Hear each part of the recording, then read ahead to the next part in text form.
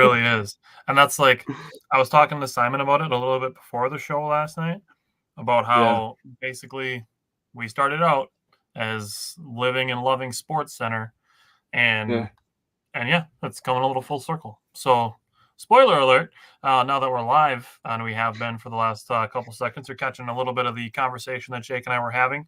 Just working on some things for the upcoming watch party for the Patreon subscribers. That is going to be next Tuesday, is going to be the next one for that. That is a Brewers-Cubs game. We're just working on putting some more fine-tuning touches on the pregame show and maybe the postgame show, but that's what we're working on. But today is all about the Brewers, so we're going to get into the Brewers. We have their series in Houston, and then the first two games of the Marlins series, as the third game is tonight, and then they are off tomorrow. So we're going to talk a bunch of Brewers, then we're going to talk about some trades. So let's get into it.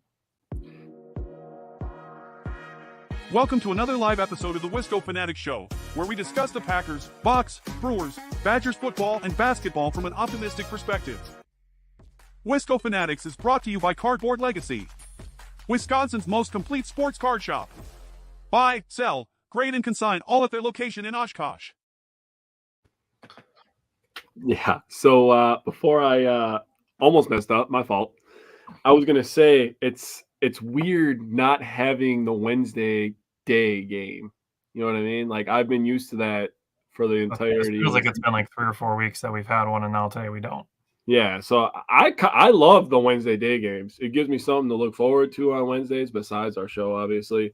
And then, we kind of get to jam pack the episodes with, the couple of series, and then the day game to kind of top it off. My daughter is very upset, so I'm going to let Tyler take the reins here. Okay. So today we're also going to have some trade discussions, which I'm really looking forward to, because I'll be straight up. I put a lot of work into looking at, some realistic things and, some would you or won't you. But we're going to start, as we normally do, with our power pairs and underrated performers. So I'm going to give mine first. I normally make Jake go first, but I'm going to give mine first. So I have, for my power position player, I have Joey Ortiz. He was 6 for 18 over the last week. He also drew 2 walks. He scored 3 runs and drove in 3 runs, in addition to playing some really good defense at third base. So Joey Ortiz is my power position player. What's up, James? James said, how are you doing this fine Wednesday? I'm doing great. You're not going to be doing great after Friday, Saturday, and Sunday after we sweep your baseball team, but I'll leave that for when it happens. For my power pitcher, I went with Elvis Peguero. He made 3 appearances in the last week, 2 2/3 innings pitched, gave up 1 hit, 1 walk, 2 strikeouts. Did not give up any runs, but the reason I wanted to go with Elvis Peguero is he got out of a lot of really tough jams in the last week, so that's why I wanted to go with him, to give him credit for that, getting some really clutch double plays and just generally playing good baseball as a pitcher. Then my underrated performer. Now I'm going to preface this by saying I understand that this is a small sample size, but I wanted to give the credit anyways to Owen Miller. So in the last 3 games, he has only made 6 plate appearances, but he's 2 for 6, which is a .333 average. But he's playing really good defense at first base. I felt that important to bring up due to the injury of Rhys Hoskins. I felt it was important to bring up the injury and then give credit to Owen Miller for making a lot of really good picks at first base. So I wanted to give him credit for that, and that's what makes Owen Miller my underrated performer for the week. So, Jake, who is your power pair and underrated performer?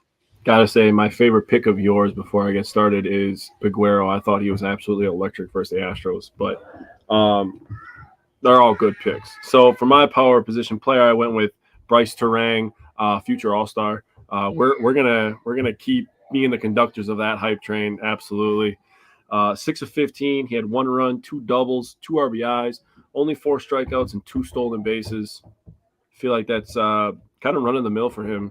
If you break him down week by week so far this season, that is a .400 average, a .400 on base percentage, a .533 slug, and a .933 OPS. So again, great week for him. Just continue to keep stacking weeks together, man, and you're going to be just fine. Koenig was my power pitcher. He played in 3 games. 4 2/3 innings pitched in those 3 games, gave up 3 hits, 1 earned run. It was a home run, and he had 1 walk and 1 K. He's just honestly been pretty dang good, better than advertised in my opinion. Just a guy that's eating innings for us in big time spots that we definitely need him. And my UP, and the reason that I have this guy before I name him is because he was almost a full-time starter last year for a majority of the year. Kind of gets pushed off to the side. We make a trade. We put the young rookie in front of him, and this guy's been bounced around from team to team and really had to fight for his way just on a major league roster last year, right? And for him to stay on the bench and have a really good attitude and just continue smiling and continue to stay ready every single day, I mean, that honestly, that alone could make him a UP. But it's Andrew Monasterio. He was pretty good this last week. 3 for 10. He scored 3 runs, had a home run, his first of the year, RBI, walk, 3 strikeouts, and a stolen base, also first of the year. That's a 300 average, a 364 on base, a 600 slug, and a 964 OPS. So just great job for Monasterio. I feel like we both went with the same mindset with Owen Miller and Monasterio for our UPs. Like, guys, like these kind of guys are invaluable to teams when they're in situations where the injury bug's biting them early. And you can have guys like this that have experience, can play multiple positions, and really just be big-time players for us in situations that we need them. All right. James said he thinks they might get a little luck of the Irish. Might be something brewing in Browntown. Yeah, you can call it Browntown. Same reason you got the brown pants on. Browntown, huh? Browntown. But we'll see. I'm expecting a good series between the Brewers and Red Sox this weekend. Yeah, me too. Let's go to the Brewers and Astros. Now, I want to preface this because there is still too much complaining going on about, we're losing to teams with bad records. As far as the Astros are concerned, if you are just looking at their record and making a judgment on how good of a baseball team you are, this is one of those times where I'm going to say, this is going to sound mean, but you don't know ball. Yeah. The Astros are a good baseball team who were hurt and underperforming through the first month of the season. Right.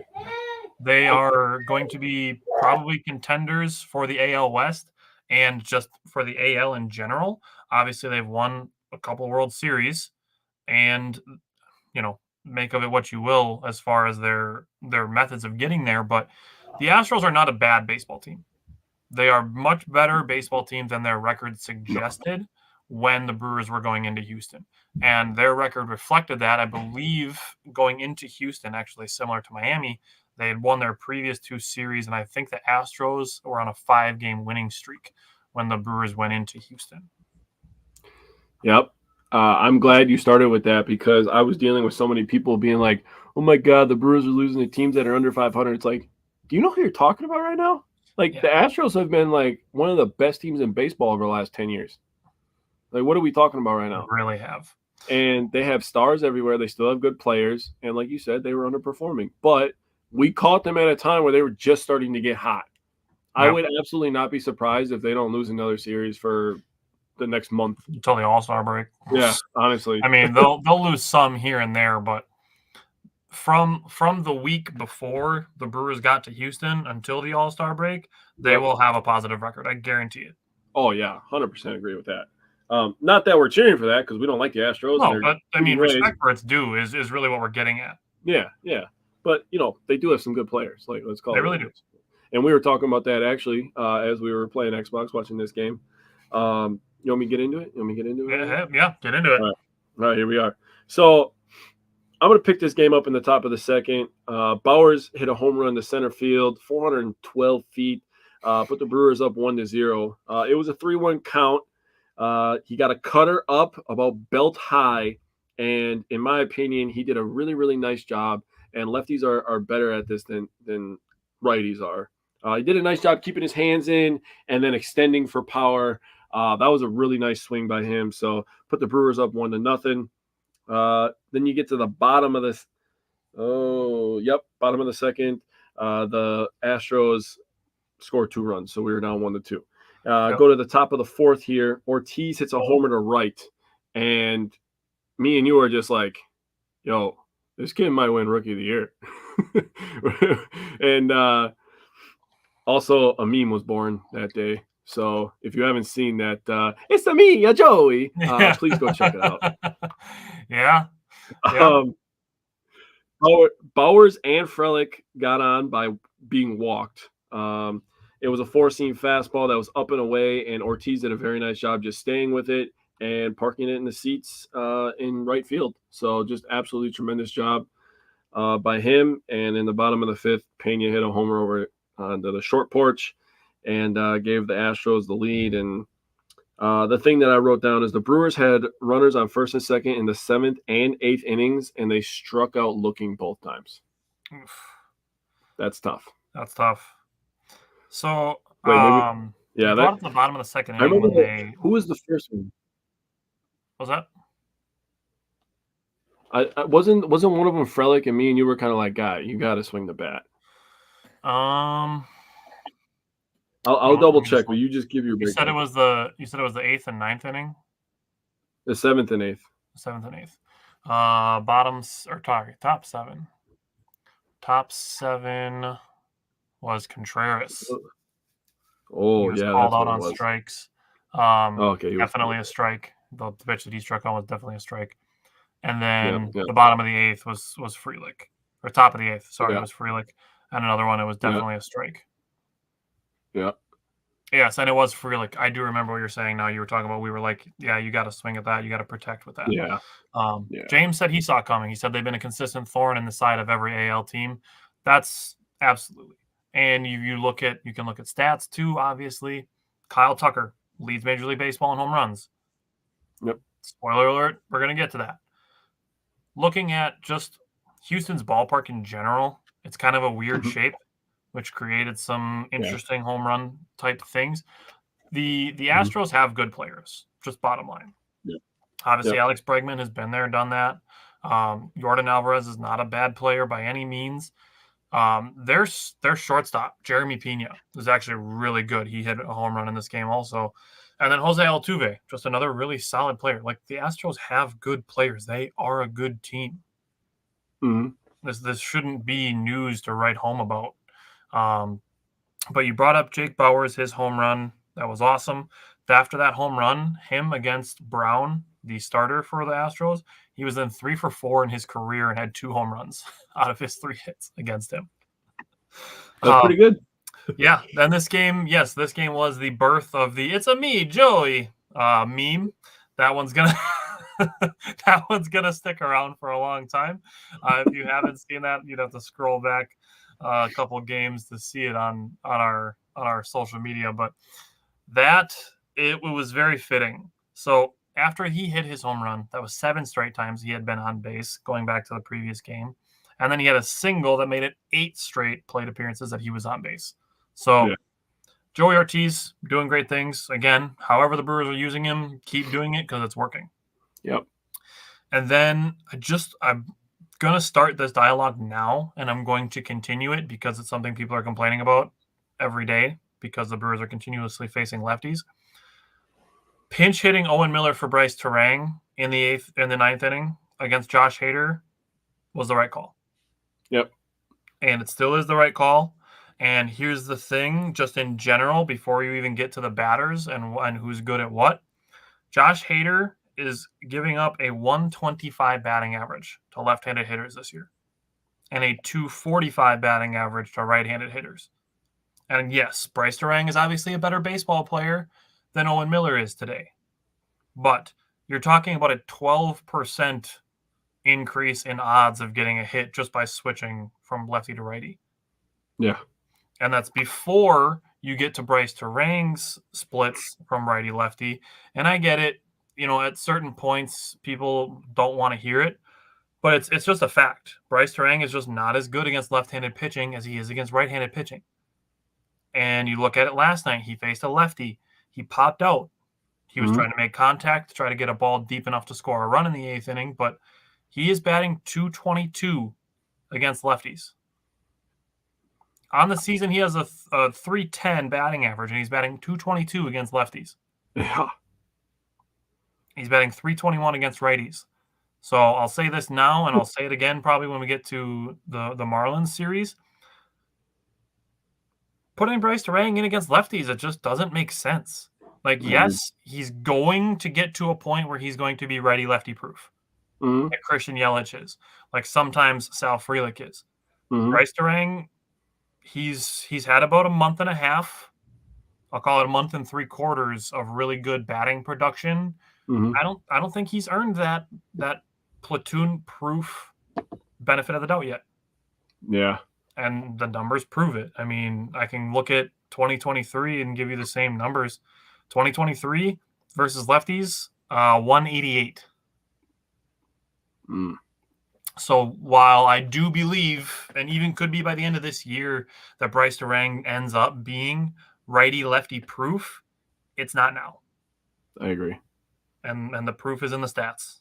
It's unfortunate, because we love Bryce Durang. He's going to get into this game. Hopefully the Brewers can just put up, 6 runs in the first couple innings and get the starter out and get a righty in there and get Bryce Durang in. But it just doesn't make sense to start him against lefties yet. I don't mean to cut you off, but you kind of have to have the same feeling about Durang with his improvement from last year as you do about Joey Ortiz.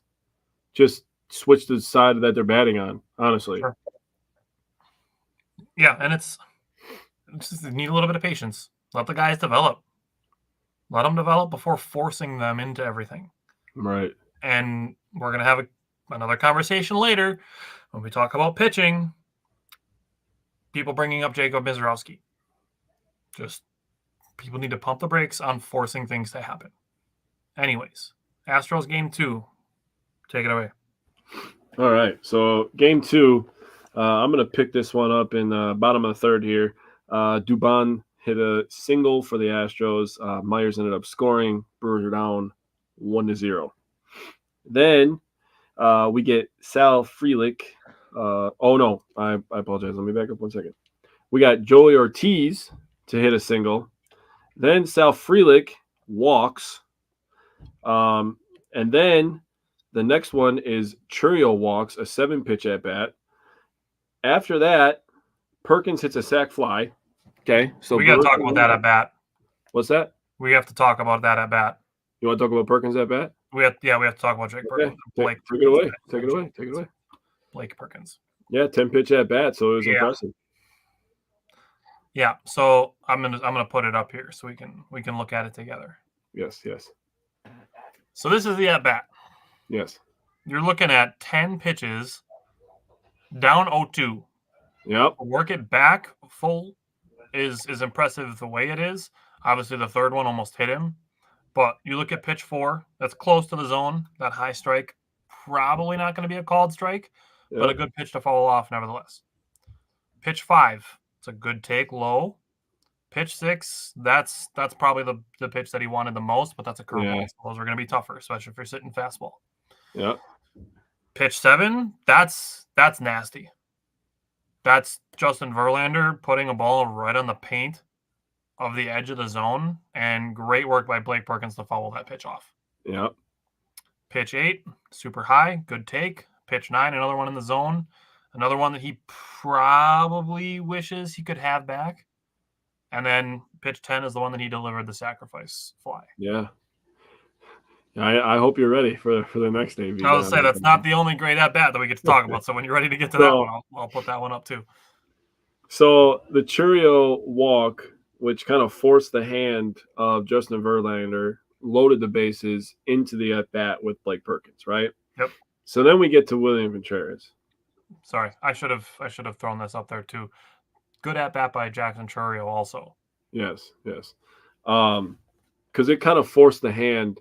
And from that moment, from the Churio at-bat onto the Perkins at-bat, because Churio had 7-pitch at-bat, Perkins then had a 10-pitch at-bat, and then you get to Contreras who had a 13-pitch at-bat. This is fantastic. That is filthy. This is fantastic. This is great baseball. Like, even if I was an Astros fan, like, I wouldn't be mad at this. This is fantastic. Like, look where all these pitches are, dude. Look at that. For one, I want to say this. For one, for Verlander to throw 40-plus pitches in an inning is insanity. 42, 43?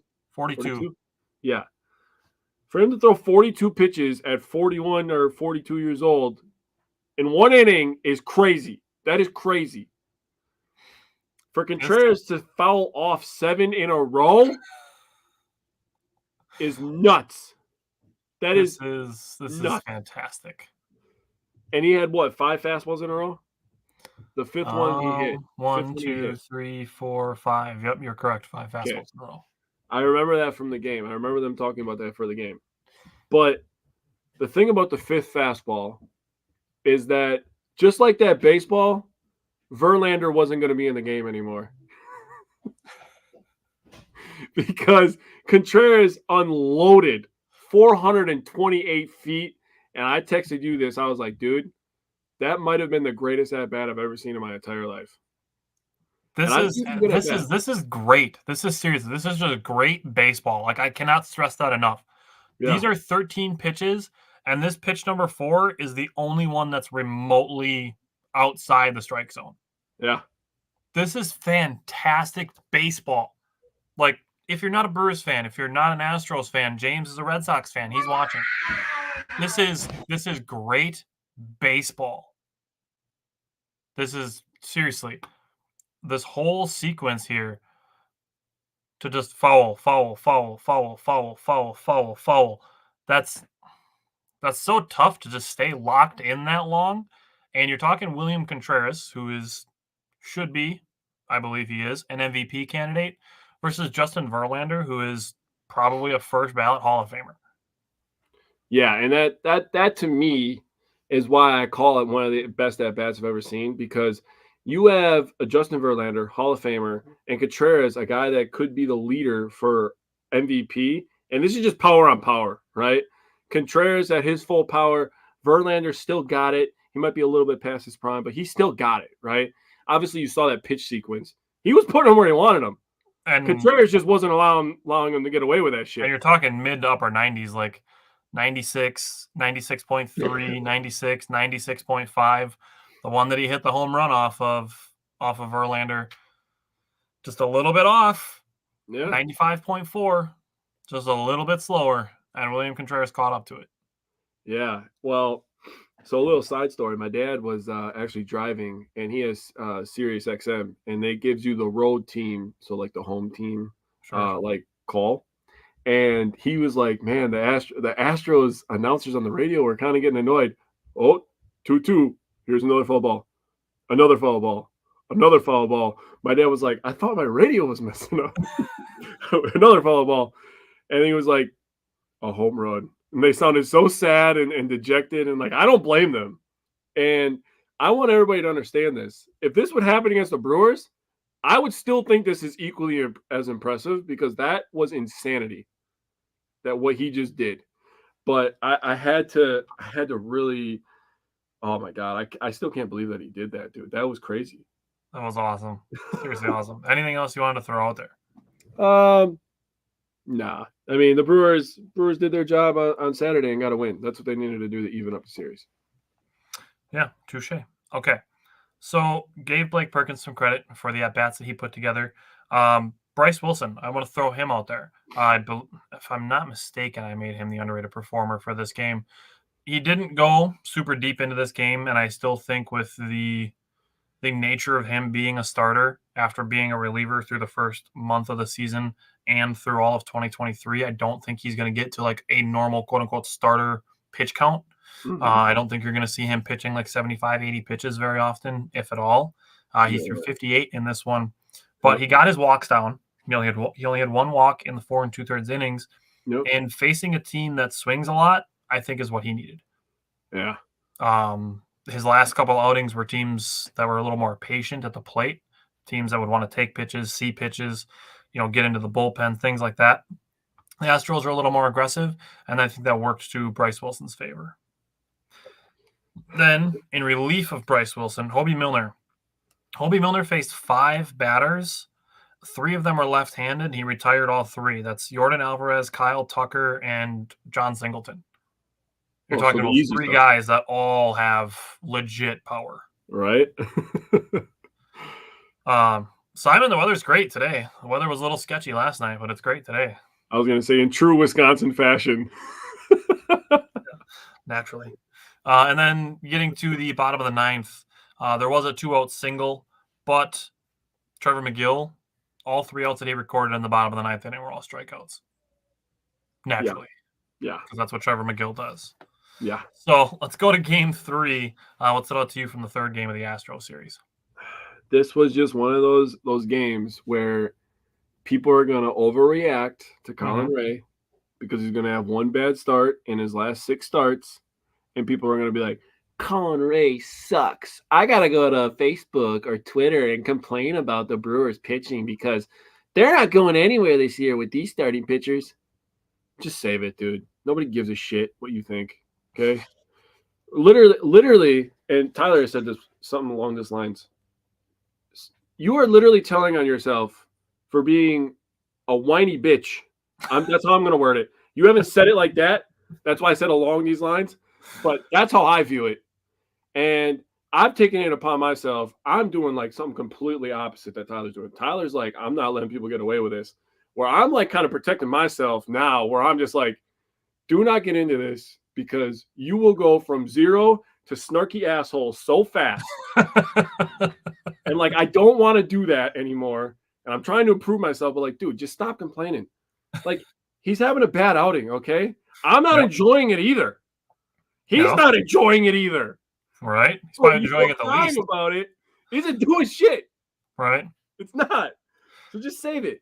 Colin Ray, he went out there and he battled for 4 1/3 innings. Yep. A team that needs starting pitchers to go a little farther into games. He gave us everything he had that day. And you know what? That's all I can ask of him, right? Yeah. It was just one of those games, chalk it up. Like you said, a team that swings a lot, and they're starting to swing the bats well as a team, not just certain players, although Tucker has been swinging the bat good all year, right? But they have guys that are starting to swing the bat and catch up to Tucker to help out with that production, the run production, right? That's fair. So they put some runs on the board. It is what it is. But we picked this one up in the top of the first. Yelly hit a single to right. Turang scored. The first through the bottom of the first through the bottom of the 6th inning, the Astros scored 6 unanswered runs. It happens, man. It happens. It is what it is. It's baseball, man. Get to the top of the 7th, and the Brewers just kept fighting, and I respect them for that. They kept fighting, right? Turang single to right, hit a slider. Frelick and Ortiz ended up scoring. Perkins got to second base. The game was 6-3. And then Yelly had a single to right. Perkins ended up scoring, and Turang to third, another slider. So sliders were hurting them in the top of the 7th. Got the game to 6-4, but bottom of the 7th, there was a 3-run homer that made the game 9-4. And the Brewers in the 8th and 9th inning only had 1 hit, and it was an infield single from Sal Frelick. So the offense wasn't really there. Couldn't really keep up with the Astros that day. But again, save your stupid comments to yourself, honestly. So I'm going to start on Colin Ray. I actually have a bunch of things to take away from this game. Yeah. I'm going to start with Colin Ray. Yep. And if you listen to the broadcast, Tim Dillard, former Major League Baseball pitcher, brought up humidity. And I'm not using it as an excuse, but I'm just using it as something that would need to be adjusted to if you're in the ballpark. I wasn't in the ballpark, so I can't speak to being like, oh, yeah, it felt really sticky inside the ballpark. I can't speak to that because I wasn't there. Yep. Tim Dillard was in the ballpark, so he can speak to it. Bringing up humidity as a factor on movement, that you almost get a little bit too much movement, and it's more than you're expecting. And then I think it was just Colin Ray maybe not being able to adjust to that. And then Houston started to just take more pitches. So I just talked about, Bryce Wilson benefiting from Houston being a little more aggressive. Mm-hmm. Houston adjusting to Ray's command being a little off, whether it be due to humidity or just not being able to adjust to his movement being a little better or a little higher than normal.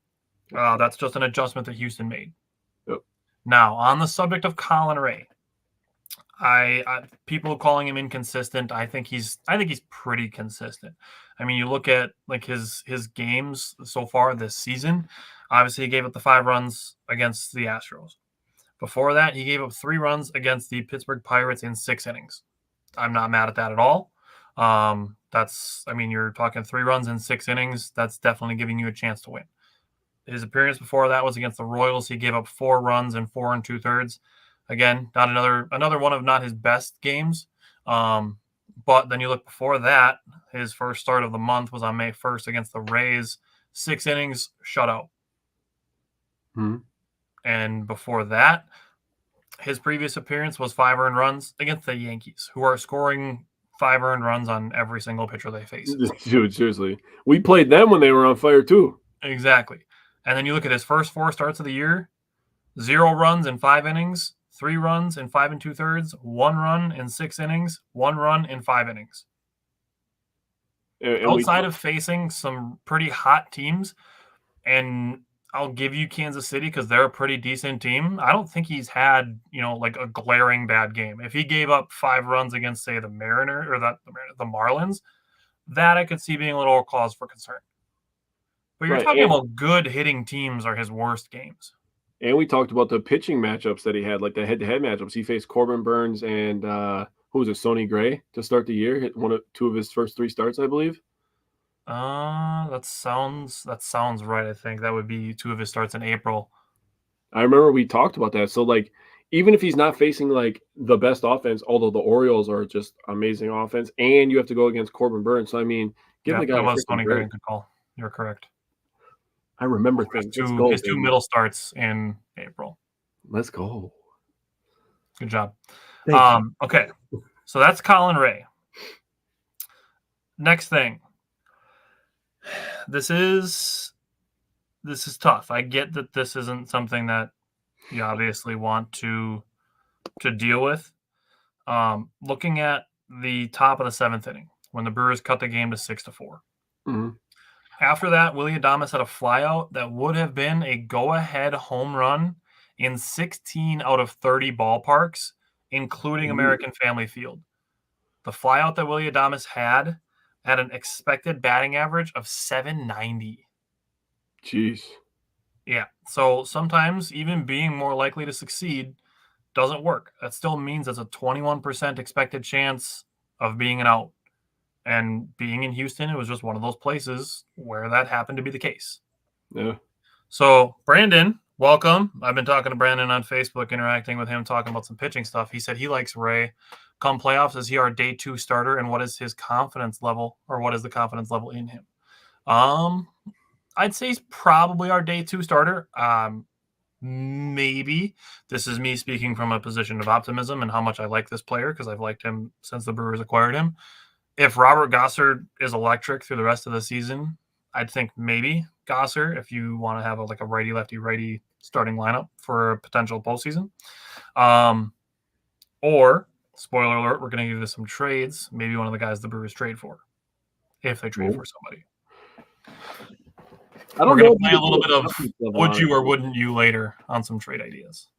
Yeah. For me, I don't know if you could put a confidence level on it. Because I mean, first of all, it's like 900 years away, and I'm not trying to use that as an excuse, but it's very far away.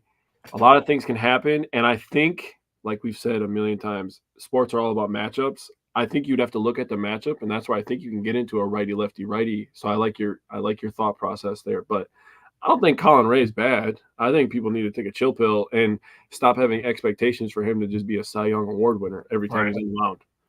I'll say if we're talking like confidence or worry, like I'm more confident than I am worried about Colin. Oh, yeah, 100%. Like I feel okay if Ray's on the mound. Yeah. And my thing with Colin Ray that I've had basically all of last year and this year, and Jake can attest to this, and so can people who watch our show regularly, the way that I feel about Colin Ray is that every time he pitches, you have a chance to win. Yep, and that's all we ask. That's all we can ask for him, honestly. Yep. That's how I feel about him, bottom line. Yeah. Okay, so that 7th inning, if Willie Adames and the Brewers were playing at American Family Field instead of in Houston, would have been a 6-6 game. But looking at the Brewers bullpen being a little short, and this is going to be a theme, kind of a tough situation to be in. The Brewers gave it a run in the 7th inning, but they were still down by 2. Mm-hmm. You're losing this game by 2. You're not up by 2 trying to protect a lead. You're trying to keep a game close. Yeah. So that's where Mitch White comes into this game. Now, people are criticizing Pat Murphy for not using the A-team bullpen when they were used the day before to preserve a win. And now you're talking about preserving a 2-run deficit. Like you gotta pick and choose your battles here. Yeah. I'm hoping we can have some dialogue about this. because I was seeing a lot of people talk about that. Like, I saw one guy say, I don't understand why you bring in Mitch White when you just fought your way back into the game. Well, first of all, dummy, we have games that are after this, so we don't want to be getting people hurt. And you look the game before, the game the Brewers won the day before. Yeah. They used Milner, Paguero, Hudson, and McGill. Yep. Like I don't know how many of these guys you wanted to try to use 2-3 days in a row. The only thing that I could say maybe to do differently in this situation, the only other guy that I would have considered for the bottom of the seventh inning would have been Yoel Payams. Yeah, and Milner and Paguero pitched on Friday as well. Yeah. So they pitched Friday and Saturday. So, Yep. I mean, you could have maybe put Hudson out there, but why would you put a young guy like that in that situation to pitch 2 days in a row like that? I mean, Yeah. If you I wouldn't have. not in a game you're losing. Yeah. That's the thing. Like I said, you got to pick and choose when you're going to try to go for it. Yep. Being down by 2 on the road, Yep. when you've used, like I said, 4 pitchers the day before out of the bullpen, you have to pick and choose. And with Payamps, I'm going to give the caveat that they've been kind of working him back since coming from the bereavement list. They've been working him back a little bit slowly. Yeah. That's the only reason I can think that they maybe didn't go to Payamps Yeah. instead of Mitch White in that bottom of the 7th. But you look at the way that they've used Payamps last year and this year since they acquired him, it's been more high leverage than trying to keep a game close. That's typically where they've used guys like Thiago Vieira or Jared Koenig, or I'm trying to think there's somebody else that I'm forgetting that they used a little more earlier in the season. Yeah, that guy.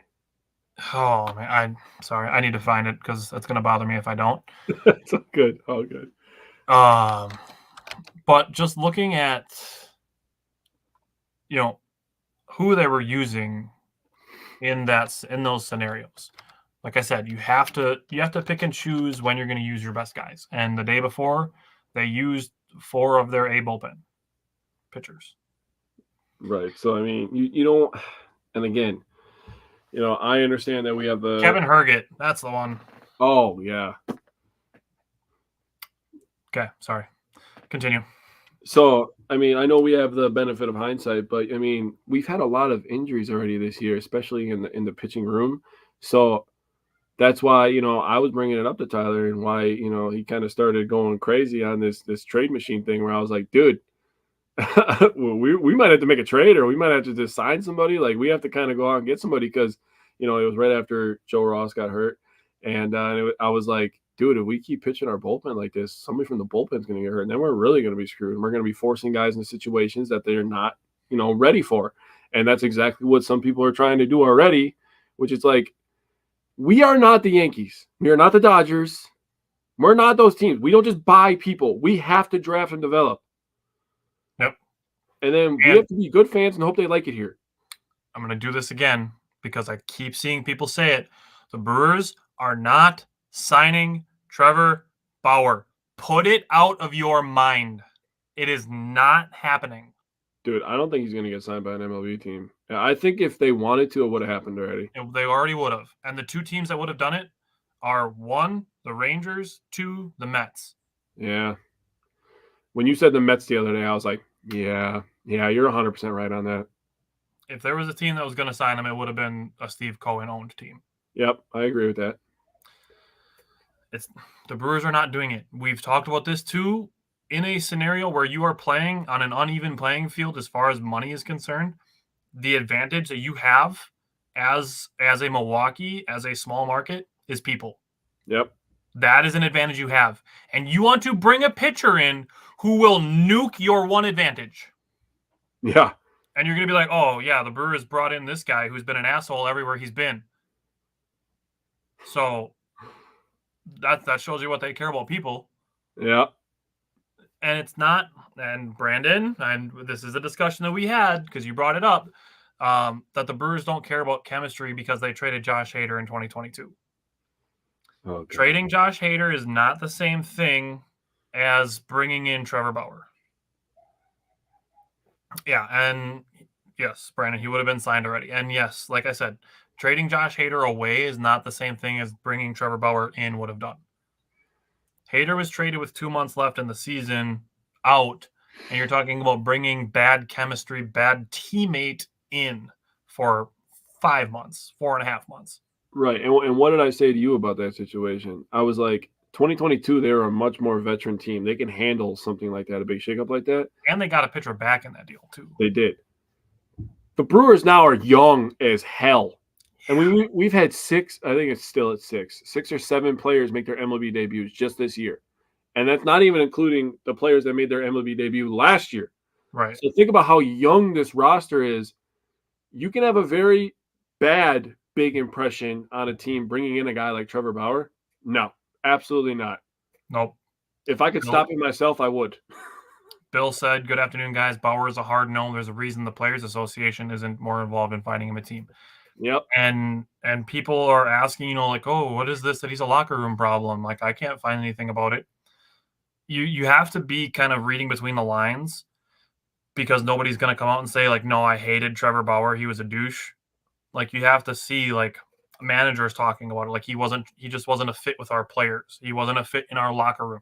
And you can find things like that going back to 2012. Yep. And people are like, oh, he's motivated to come back. He wants to be here. He'll be here for minimum money. It's like, you're talking 12 years of behavior is going to be changed in one season. Yeah. And that's if you think that it only started when he got to the big leagues. True. So you're talking about, I think he's like 32. So you're talking potentially 20-ish, 15 years-ish of not being a great person. And that's the guy you want to try to save our franchise when he hasn't pitched in Major League Baseball in 2.5 years? I'm just going to say no to that right now. Yeah, no. That's all of that is a hefty no thank you. Yeah, I agree. I have other options. First of all, I did publish an article. It's on our socials. I shared it yesterday. There are some options. There's more reliever options than starter options if we're talking about signing somebody. But trade options, we're going to get there after we talk about these Marlins games. Last thing I want to say on the Houston series, Terang got hot. He was 6 for 13 in the series. Perkins started bouncing back. Churio was 3 for 9 in the Houston series with a walk, only struck out twice. Joey Ortiz stayed hot. His hitting streak got up to 6. Him and Sal Frelick both were on base 5 times in the 3-game series. I like that. So let's start with the Marlins series, and let's talk about game 1 against the Marlins from Monday. Yeah, again, the unfortunate happens with Ross getting hurt after the first inning. Yeah. 1 hit, 1 walk in that first inning. Then it turned into an emergency bullpen day. So thank God he didn't use the A bullpen down 2 against the Astros, right? Thank God he didn't do that. My, how the turntables. Yeah. You know, It's crazy how stuff works out, isn't it?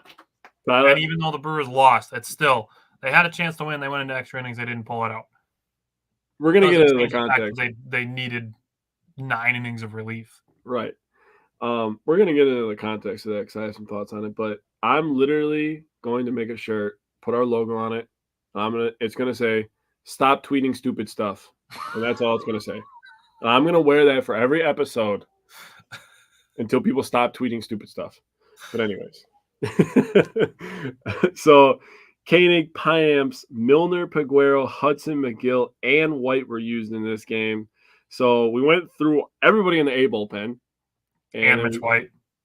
And Mitch White. Then we got to the C bullpen. So there's a distinction to be made there. Bill likes it. So let's pick it up in the top of the 5th here. The game was 0-0. Monasterio hit a home run to center field, 410 feet. He only saw 3 pitches in the at-bat. He started with a sinker. He took that one right down the middle, took it looking. A changeup that was a ball outside, 85 miles an hour. And they decided to go back to the changeup. And this one hit a lot of the plate, and then it hit a lot of the wall over the wall. So good job by Andrew Monasterio. To that point, really quick. To that point, that was his 2nd hit of the year. Both of his first 2 hits of the season delivered runs. Hey, and he has 2 RBIs, so he's a monster. 1,000. He's batting 1,000 with RBIs. 10 left on base for the Brewers, though. That kind of hurts when you understand that we lost this game. But we get to the top of the 6th here, and we got to talk about it. We got to talk about it, right? Yelly the steals GOAT. home. He's Yelly the GOAT. steals home. GOAT. Off the charts, dude. The first home stolen base by a Brewer since Scott Pasednik in 2006. 2003. 3. I'm sorry. 3. I heard 2006 this morning for a stat. I apologize. I had 2003 written down. Too many numbers. Yeah, I even looked at it, and I still said 2006 because I was trying to think while I was. Was it maybe in June of 2006, and that's why you saw 06? Yeah, probably. Yeah, my writing is very small. I wish notebooks were this tall, so I could just write. I don't wish that. I just wish that I could perfectly space out how much space all of my notes are going to take me every game, so that I didn't have to move and erase things. Right. That I could just fit it all perfectly. Yeah, I know it's terrible. People don't. I know you guys don't understand, but it is a struggle figuring out where to put everything. For my notes. I have a digital notebook, and it's still a struggle. Like I'm still. I don't know if you can see, but I'm still writing in between the lines and things like that, and trailing off and circling, and like still in between the lines. Oh man, it's yeah, it's a thing. But yeah, Bill, we are supposed to get rid of Yelich. He's overpaid. Yeah, he's never healthy. But I just want to say, man, the IQ off the charts there, man. He perfectly timed that. The pitcher was in scramble mode and threw it high. Thank God he threw it high. Because him throwing it high and making the catcher have to make all of that extra movement allowed Yelly to come in safe. But put the Brewers up 2-0 at that point. We got to talk about it, man. We got to talk about Churrio's decision in the 9th inning. And I wanted to ask you, because I wanted to get your thoughts on it. Do you think he should have dove? So I don't think it's necessarily a matter of should. So, you can choose, if you would say he should have, shouldn't have. Mm-hmm. Even after the dive, I think it was runners at first and third. Mm-hmm. So if he doesn't dive, I think it's like a fair play. It's the safe play. And you're still having, you have Trevor McGill on the mound who's got absolute dynamite strikeout stuff. And there were 2 outs at this point. So there's that. It's a safe play. Now, if he dives, that run's going to score for sure if he doesn't catch it. But Brandon said he thought Sophia was saying the coaching staff wanted him to go all out for that. That's where my but comes in. If he lays out, catches it, obviously he's a hero of the game for ending the game. If he dives, doesn't catch it, and the ball bounces by him and Terang picks it up and the run scores and the game gets tied, we talk about it on the show all the time, and it's usually with basketball, but it's applicable here. We don't fault effort. So my thing is, and I think if I were Pat Murphy to be like, hey, Jackson, pull him aside and be like, hey, if you dive for that ball and don't catch it, nobody's going to be mad at you. Yep. So I get why he didn't dive for it. But if he had and missed it, I don't think it's a thing where it's like a young player is going to be, like benched for not making a play. Bill said maybe I'm wrong, but on the replay, it looked like he would have been diving at a weird angle, if that makes sense. I think he misses it if he dives. And that's totally possible. Yeah.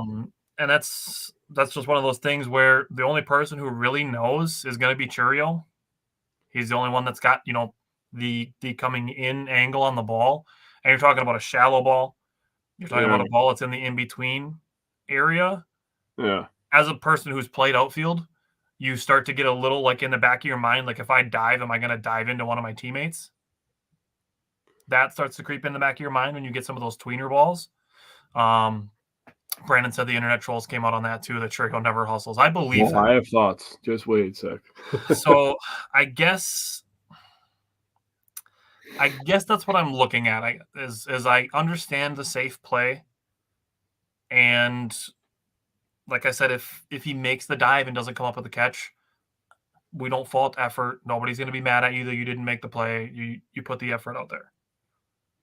I'm with it. But I don't think it's like a not hustling thing that he didn't dive for it. No. Just playing safe. So one thing, I'm going to start bringing up the dumbest shit I read on some things. I saw Plenty a of guy ads. literally say, "Why is he playing so deep? Isn't he supposed to be fast? He should be playing shallow so he can run back on a baseball." I'm not even going to get into all the things that are wrong with that for one. Okay? That sounds like that just immediately sounds like something spoken by somebody who's never played the sport. Yep. I am literally not even going to get started on that because there's so many things I want to say. Oh, dude, no. Dude, There's I had to take one of no those deep way. breaths. I had to take one of those deep breaths where I had to make sure that it came out of my nose because I was so riled up by how dumb somebody No, actually said that's that. even before you get to strategy of why guys are playing deep. Just no. Yeah. No. Yeah, right. It's so much harder to catch a ball that's going over your head than to run into one that's in front of you. Do you think it's easier to run forwards or run backwards? How about running forwards while looking over your shoulder? Holy hell, that's stupid. Yeah. Wow. Yeah. That guy definitely takes multiple trips when he gets home from the grocery store. Just gonna say Oh, that. hell no. I don't. Mama ain't waiting no B. But anyways, I'm gonna go crazy if I keep going. I think, and this is just my opinion, doesn't mean anything. You can take it for whatever you want. You guys can have your own opinions. I'm not telling you to think like me, but I think that either way, it's a learning opportunity for him. Now, he didn't dive for the ball, so learning opportunity. Okay, you got to be able to read the ball a little bit better, maybe off the bat. Maybe you don't play as deep. Maybe you kind of shade to the out of bounds, the sidelines, out of bounds. Oh my God! Foul line? Wow, Jake. Wow, Jake. I was watching a lot of basketball the last couple days, but I think either is a learning opportunity, and I think that what he did, I agree with you, was a safe play. I'm not mad at him for it. It is what it is. You look at it, we talk all the time, right? We just talked about Colin Ray only giving up 3 earned runs, in 6 innings. They only gave up 2 earned runs, and they were in the 9th inning. So they gave themselves a chance to win the game, which they did. The Brewers were over 4 runners in scoring position, left 10 people on base. The Brewers had missed opportunities. It doesn't come down to just one play, which I want you to remember what I just said because we have to have another discussion about a person in this game. Yep. There's a couple more I want to have yet. I'm gonna let Tyler lead that one though. So it's the 10th inning. It's the entire 10th inning. Yep. So Christian Yelich gets a walk and Joey Ortiz bunts. Yep. I am fervently, viciously anti-bunt when it comes to sacrificing outs. Yeah. If you're going to try to bunt for a hit, if you're fast, have at it. Bunting for sacrificing is something that I just don't ever want to see.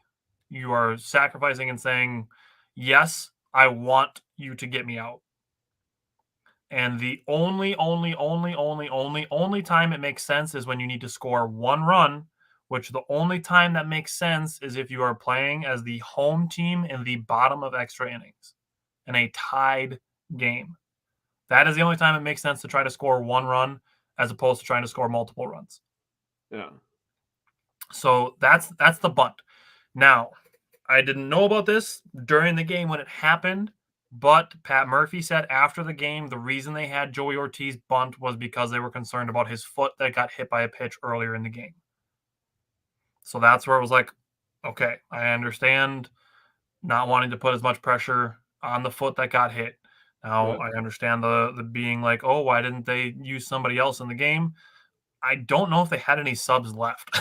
They had kind of used everybody in the game already, and that's something I've talked about previously is Pat Murphy, if you're not playing, if you're not starting that day, you're probably still going to play. Right. He uses all of the bench. So that's that.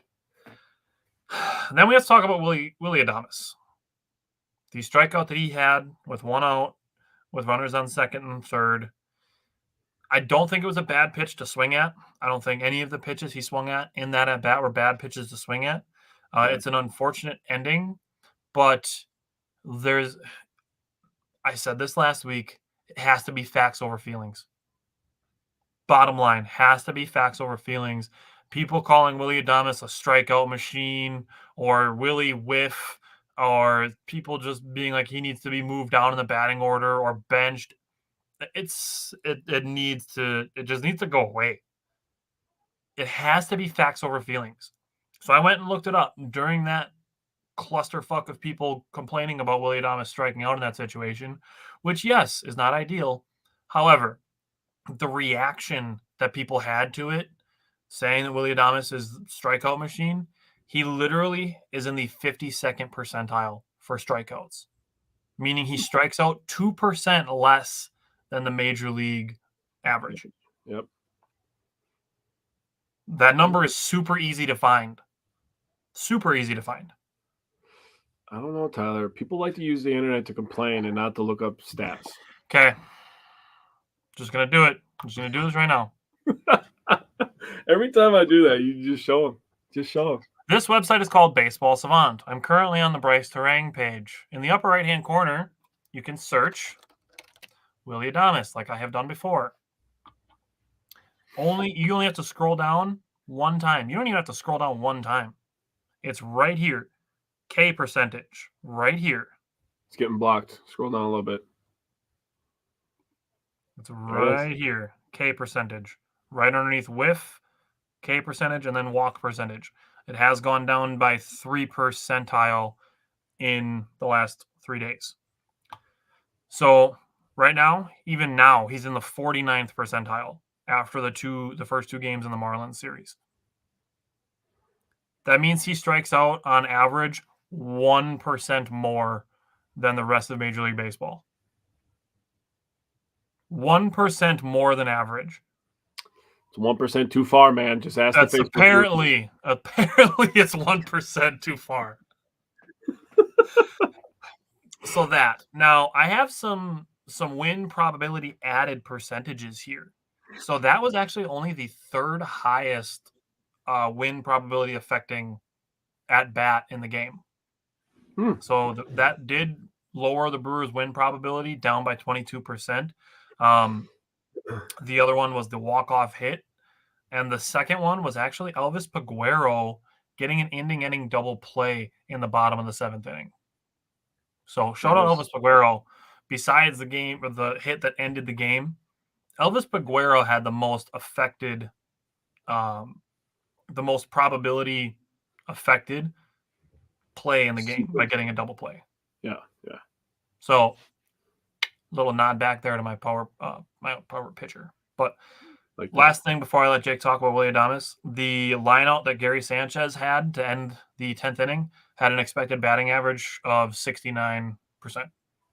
690 expected batting average. Nice. I like that.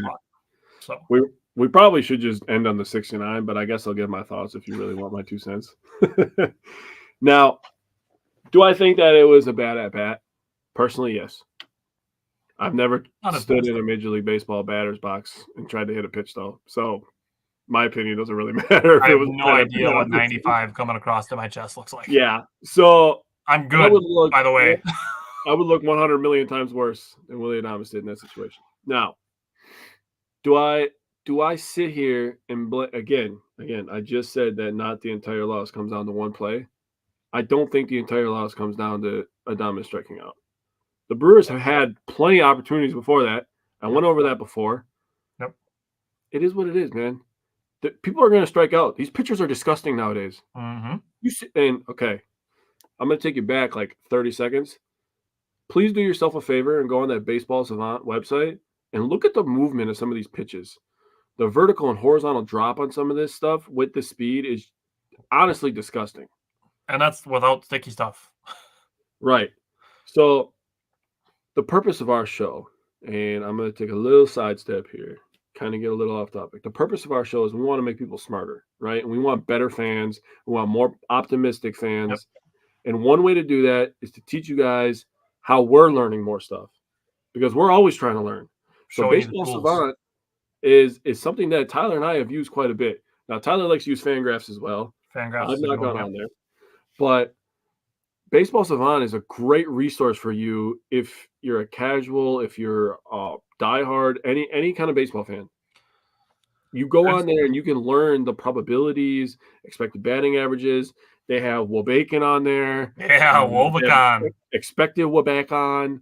I mean, They have everything on there, honestly. They have shit that I didn't even know what it was. I had to go down and I had to be like, oh, so that's what that means. Okay, thought I was just looking at a random number.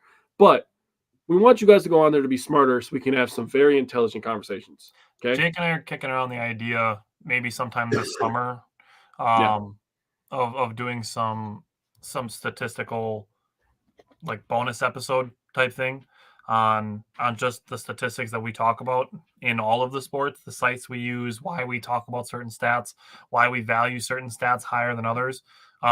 Kicking that around, it's going to be a pretty large undertaking when we decide to do it. So it probably, like I said, it probably will be a bonus episode outside of, taking 45 seconds to show people how to find Right. Willie Adames' stats on Baseball Savant. But So to kind of wrap up what I'm trying to say here is like, I know that people come on here and they see me say stuff like, stop saying stupid shit. Don't tweet dumb stuff. Now, honestly, hey, see you later, Bill. Bill, you're great. I wish you'd come back for the whole episode. But really, I know I'm only talking to about 2% of the people out there because really there is smart baseball fans out there. But this is why Tyler goes to facts over feelings. You guys have to stop speaking from a place of emotion. You can't do that. Excuse me.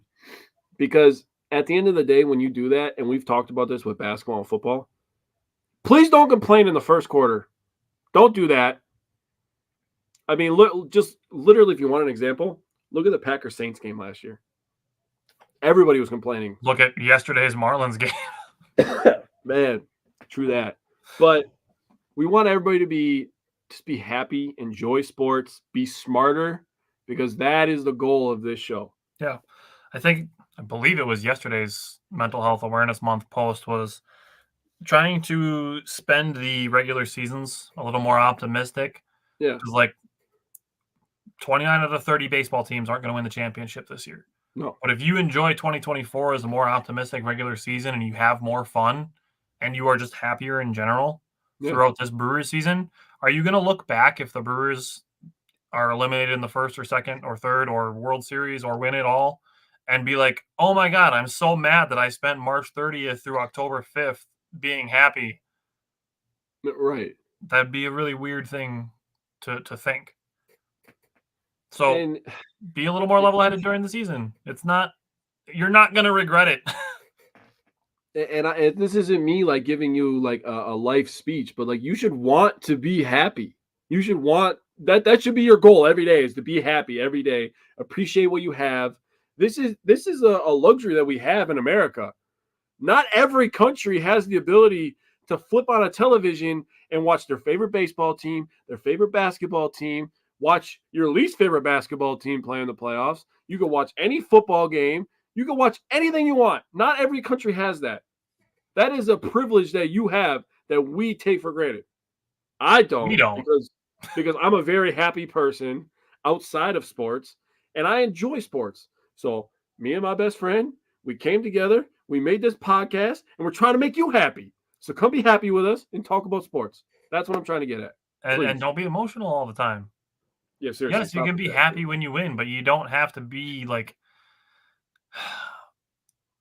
I'm going to be straight up. The word that comes to mind is vitriol, like hatred, angry, like throwing things, fire everybody, trade everybody when they lose. Yeah. Oh, man. And we can get into game 2 of the Marlins series. Yeah, let's do this.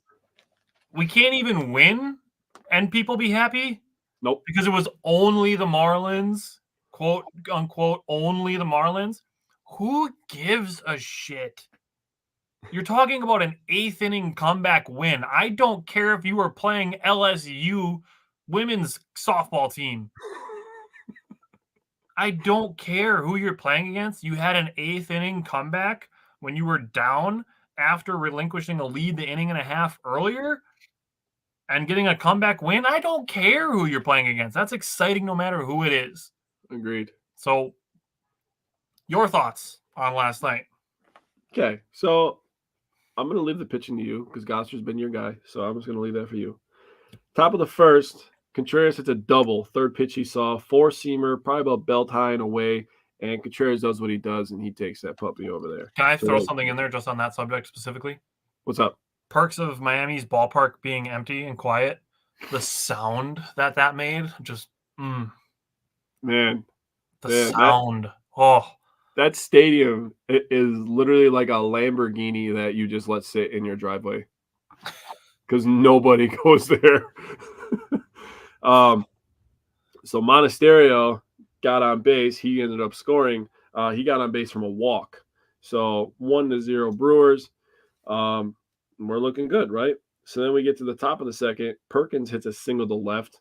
A slider down, 84, not a bad pitch. But Perkins did what he did, and he slapped that baby to left field. Sanchez and Miller score. Oh, yeah, Sanchez and Miller score. Sanchez walked, and Miller hit a single to get on base. So here we go. Now, you get to the top of the fourth. Contreras hit another single, another four-seam fastball. Stop me if you heard this before. He took it was dead center, and he just slapped it up there. Perkins ended up walking. So now we have 1, 2, 3 players that had walks that ended up scoring in the first 4 innings of this game. That is why walks can hurt you. Yeah. Get on base. Just get on base. And Monasterio got on base from an infield single, and he stole second base. So the Brewers are up 4-1. In the 5th and the 6th innings, Miami ended up scoring 4 unanswered runs. The Brewers are now losing 4-5. So now you're thinking, oh, shit. Just like game 1, right? You get to the 8th inning, Yelly hits a triple, a 95-mile-per-hour sinker that was inside. Yelly does a really nice job keeping his hands in. Again, lefties are better at it than righties. I don't know why that is. It just is what it is, okay? Bowers had a double, and Contreras walked. Oh, look at that. We're up to 4 players that walked and ended up scoring. That's crazy how that works. It sounds crazy. So getting on base is a good thing, Tyler? Weird. It is. There's only 3 bases. So after that, there's nowhere else for anybody to go. That's true. And guess what? Yelly went to all 3 of them. He just didn't go to the last one yet. So top of the 8th still, Adames hits a double, a 95-mile-an-hour four-seam fastball down and in. I don't know what it is. Adames likes fastballs down and in. He just smacks those around. Yelly ends up scoring. Huh? He pulls them for power is what he does. Yes, he does. And I just want to give you this. This is the only thing I'm going to say about pitching. The Brewers pitchers, after the big 6th inning for Miami, they had 7 Ks and only gave up 2 hits. The other 2 outs were flyouts and pop-outs. So 7 of the 9 outs that they got were Ks. That's impressive. Nice. So I want to throw out something. If the Brewers, and this is, I'm not throwing Andre Monasterio under the bus. I'm just saying, talking about probability of plays being made because errors are going to happen. If the Andre Monasterio error doesn't happen in the bottom of the second, the first run that the Marlins scored doesn't come around to score. Yeah. There were 2 ground outs after that first unearned run was scored. And then instead of looking at a 5-4 tie game or 5-4 Marlins lead, you'd be looking at a tie game at 4-4. Now, the leadoff double that Gosser gave up in the 5th inning, the bottom of the 5th, that was the first non-single that he's allowed. Yeah. Every hit that he'd given up to that point had been singles. And I wanted to look at this just to see like what the exit velocities were like. The double that he gave up was a hard hit. After that, 89.1. That's not bad. Not great. 84.0. A sac fly, an 80.8 flyout. And that was it for the 5th inning. Now, the 6th inning, 87.1 single, 83.5 single. And it's just there's nothing going on here that's hard hit. Jazz Chisholm's leadoff single was 91.5. The Tim Anderson single following that was 67.2. The sacrifice bunt that happened after that bounced like straight up in the air, which gave Jazz Chisholm a lot of time to figure out the situation and realize that there was nobody covering home plate because Gosser and Contreras both went to play the bunt. So he was able to score on that. Then a single, 87, 83. Like you're talking about just almost more bad luck than anything. Yeah. I don't think it was anything that Gossard did that was like, okay, he came back to earth. He had 2 good starts and now he's getting roughed up. I don't think it's anything like that. You look at all of his movement, his locations, like it's all on par with what his first 2 starts were. Just kind of Miami just getting some of the baseball juju going their way, because they also had a hit and run that they ran where they executed it well. That's credit to Miami. That's not the Brewers doing something bad. That's Miami doing something good. The hit and run that they executed was perfect, because that was one of the singles that was very softly hit, and he just served it to where Bryce Terang was standing. And because the runner was going to steal second, Bryce Terang was no longer standing there. That's just a perfectly executed hit and run. The Brewers have done it. Now it happened to them. It's good execution by Miami. They're not a good baseball team overall, but they made a good baseball play. They're capable of it. They're all professional baseball players. Brandon said 80 pitches in 6 innings too. Yeah, that's one of those things. Maybe September, you're looking at 80 pitches in 6 innings. You're like, she might be able to go 8. Because you'll be able to develop some of that trust if he can continue pitching well through the next 3.5 months. So, do you have any more thoughts? Because I have a bunch of things written down. The Brewers won, so I'm good. Go ahead. Okay. Conversely, Brandon, the Marlins starter was done after 3 2/3 innings. He threw 90 pitches to get through 3 2/3 innings. You want to take a stab at how many Gossard had at that same period of outs? 36. 38. You were really close. Damn it. Looking at it, the Brewers, they also had the leadoff runner on base 6 times out of 9 innings. Ooh, Brandon said 22. He wasn't dealing that much. The second inning, the reach on error hurt him a little bit. Yeah. That I want to give credit to the Marlins third baseman, because he was gobbling up everything, and the Brewers had 2 outs at home plate. I tweeted this. We've talked about it. I'm going to say it again. Going to say it more this season. It's going to happen more. Part of being aggressive is living with the consequences of being aggressive. The Brewers had 2 outs at home, and the second one was Christian Yelich. If he had stayed, Sanchez is probably still thrown out at first base. He's not beating that ball out if the third baseman decides to throw to first because Christian Yelich stayed. Mm-hmm. He still would have been stranded because Jackson Chourio struck out after that. Now, the runner then would have been stranded with no chance to score. By running, you're taking essentially Christian Yelich's chance of scoring and pitting it against the chance of getting a hit with 2 outs. Yeah. I mean, we've talked about Christian Yelich, how we feel about his base running. Saw it the day before where he was able to steal home. Right. So, I mean, I'll take Christian Yelich's chances of scoring from third base on a ground ball over Jackson Chourio's batting average with runners and 2 outs. I agree with that. And again, we're going to continue having this conversation about playing aggressive offense. If you play aggressive, you have to live with the consequences that being aggressive can bring. If that's true too, make a play. You never know. All it takes is a high throw, and Yelich is getting a slide under there. Yeah. Or him to throw the ball off of Yelich. Spoiler alert. But if being aggressive worked 100% of the time, everybody would do it. That's it. Bottom line. If every single time you had a runner on third base, they ran on contact, if they scored 100% of the time, everybody in Major League Baseball would send runners from third base on contact. Yeah. Every single time. It doesn't work every time. No. Sometimes it works. Sometimes you score runs. Scoring runs is how you win games. That's true.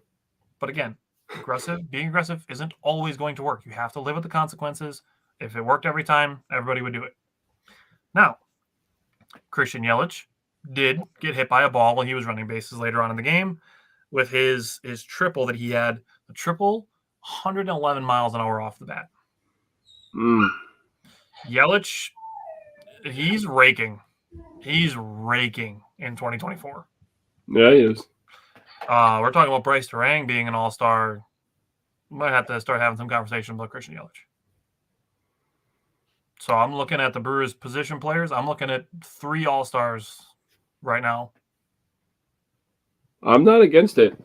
I know for sure that Contreras and Bryce Terang deserve to be, but I am absolutely not against the Christian Yelich talk. Yeah, and Contreras should be in MVP conversations. But now, the other couple things I wanted to bring up. So I brought up win probability with some other games here. The Jacob Bauers double to lead off the top of the 8th. The Bauers double to lead off the top of the 8th added 14.9% to the Brewers' win probability. The Bryce Terang pop out, lefty on lefty. The Bryce Terang pop out subtracted 15% from the Brewers' chances to win. I'm not throwing Bryce Terang under the bus. I'm simply making another case for living with the splits. Yeah. I'm telling you why today the Brewers are facing a left-handed starting pitcher and Bryce Terang is not in the starting lineup. It's just because he is not as good. He is not typical Bryce Terang against lefties. Yeah. But that's today. I'm not saying that Bryce Terang is never going to be good against lefties. Yeah. We're talking one season that he got sent down for a month of and a month and a half into 2024. That is Bryce Terang's entire Major League Baseball service time. Mm-hmm. And he has not done well against lefties in that short period of time. I believe he can grow to be one of those guys who is lefty-lefty proof. But right now, today, all-star level Bryce Terang is not good against lefties yet. Yeah, that's the next step between him being like a really, really good baseball player to being like one of the premier players at his position. So we're talking about Bryce Terang being an all-star. And I think that is the case. First of all, because he's batting .310. Second of all, because he's one of the best at his position defensively. Yeah. If Bryce Terang can get into a position where he can hit even a respectable percentage against lefties, let's say 260. If he's 260 against lefties and 320 against righties like he is right now, and you're talking about him being like a 320 average baseball player, you put him in a conversation with Luis Arias as some of the best hitters in baseball. Yeah.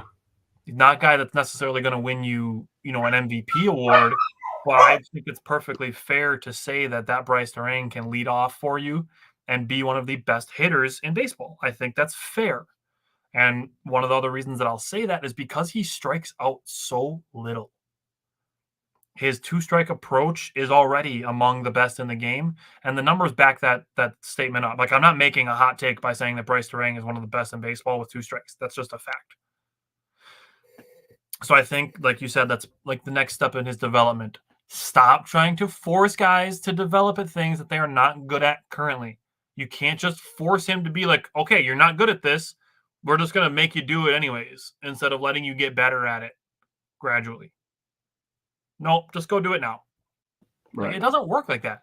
Guys don't just get better instantly at things that they're not good at by you just forcing them into it. Right. That's like taking a kid that doesn't know how to swim and throwing them in a pool. Which people do, which is insanity to me, but that sounds borderline abusive, but Yep. It's the example that I'm making. Yeah.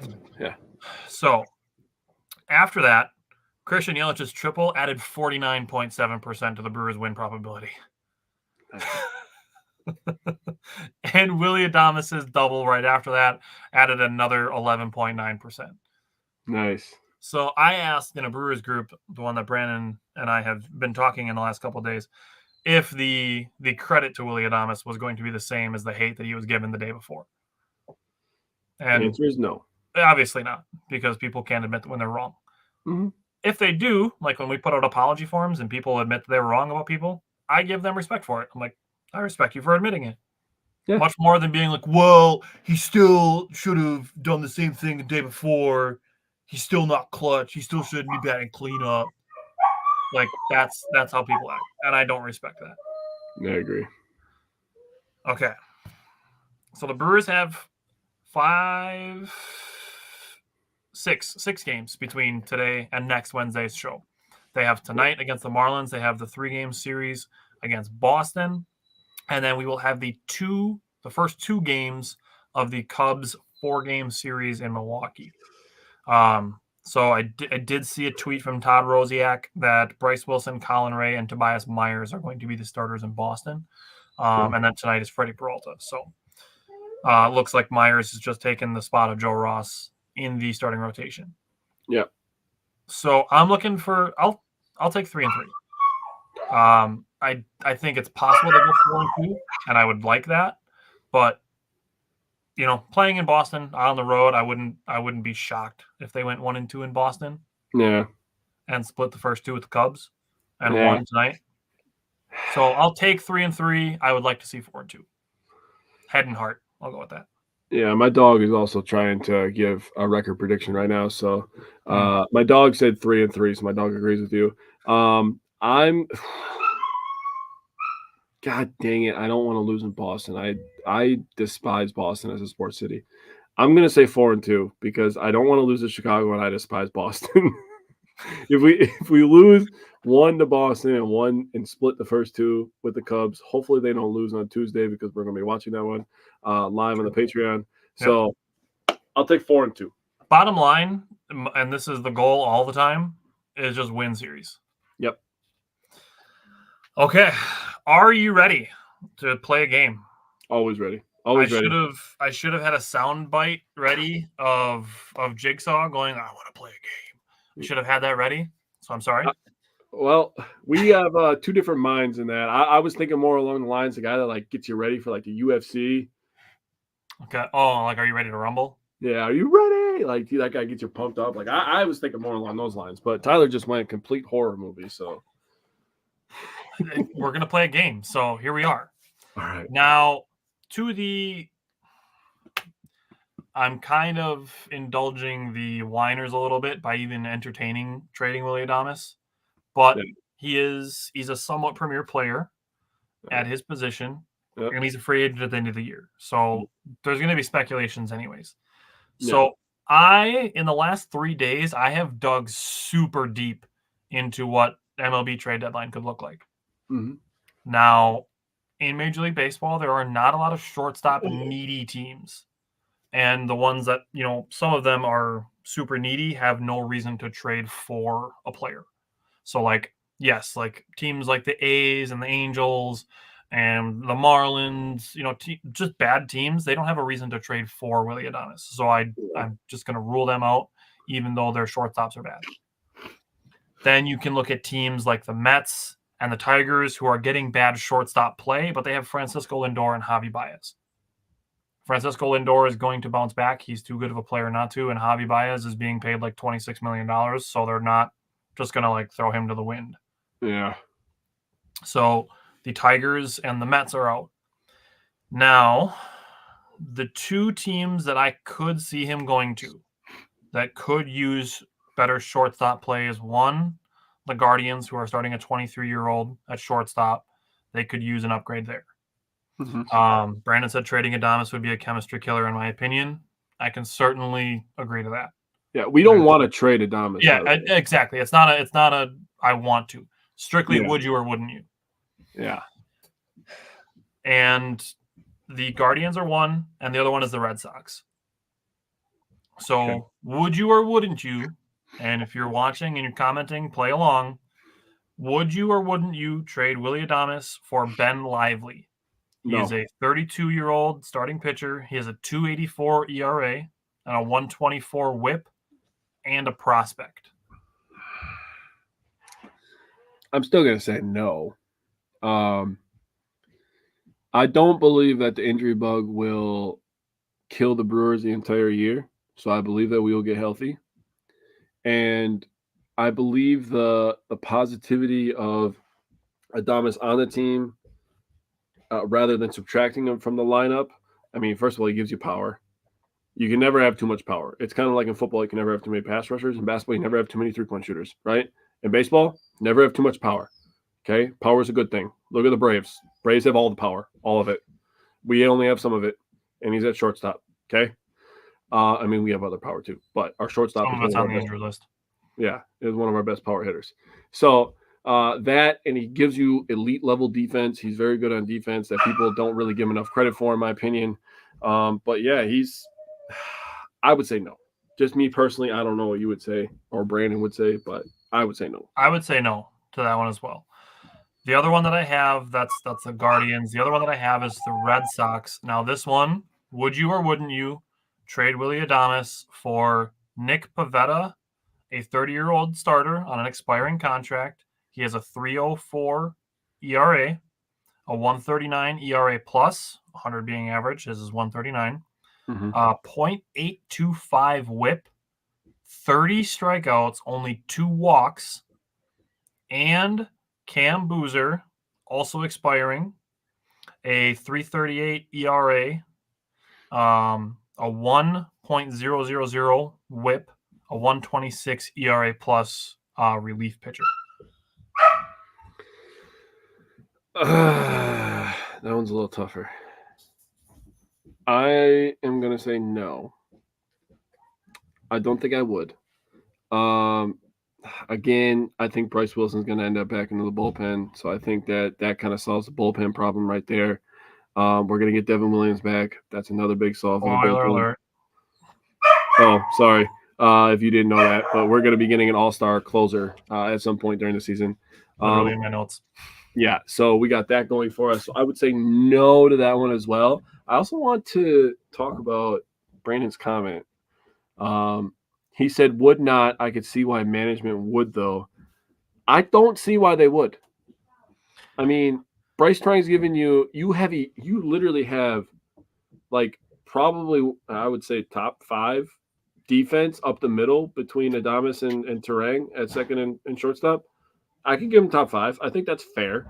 If you want to go top 10, okay, fine. I can live with that. Top 10, too. Easy. Top 5, probably. Okay. So why would you get rid of that? Bryce Terang is killing, especially against righties, and Adames hits better against lefties. So there you go. You just solved a big major issue. So I have the opportunity cost here. Okay. And here's the opportunity cost. Because the thing that everybody wants to do is trade Willy Adames and put Joey Ortiz at shortstop because everybody loves Joey Ortiz because he's playing well. Mm-hmm.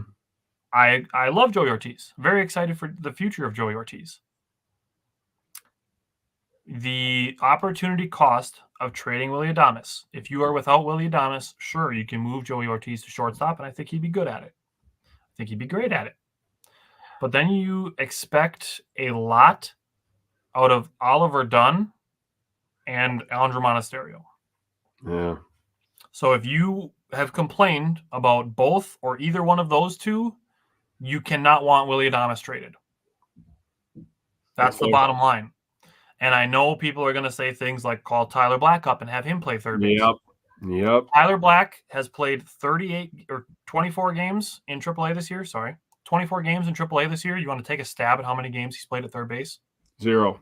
1. Oh, wow. I thought they are not grooming Tyler Black to play third base. They're grooming him to play first base. Yes, they are. So if this is just the state of 2024, if they wanted to go into 2025 and they don't bring Willy Adames back and they want to have Tyler Black start at third base, they could, work him in spring training, give him a month of playing third base every day, as opposed to right now where he's playing first base every day. Yep. So if you are putting Joey Ortiz at shortstop and trading Willy Adames, you are going to see Oliver Dunn and Andrew Monasterio. Yep. If you don't want to see those two playing third base every day, then you can take Willy Adames and wanting to trade him and just throw that out the window. That's the opportunity cost of trading Willy Adames. Well done. You so, just called it bluff. I decided to be exactly. I decided to be a little proactive and look at constructively what can Willy Adames improve. So he's not striking out a ton, as I've already displayed. Just looking at certain pitches, just like everybody else in baseball, he could be better against off-speed stuff. His actual batting average against off-speed pitches, this would be like splitters, changeups, he's batting 200. His expected batting average is 273. So that's a little bit of unluck, a little bit of bad luck. They talk about it on the broadcast a lot, that Willy Adames is hitting the ball hard. He's just getting unlucky, or the ball that he hit last night, hitting a ball hard and getting some luck. That's exactly what it is. His expected batting average is 73 points higher than his actual. Mm-hmm.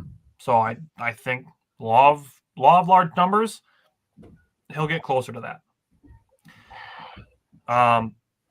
His actual batting average against fastballs is 224. His expected batting average against fastballs is 256. There's another 32 points of average difference there also. If that number just gets a little bit closer to the middle, obviously his numbers are also going to go up. He's getting a career high 10.5% solid contact. Whew. So he's hitting the ball hard, hitting the ball well. It's just going right at fielders a lot, which is a really hard thing to control. But again, as the sample size increases, I think his numbers are going to get better. I agree.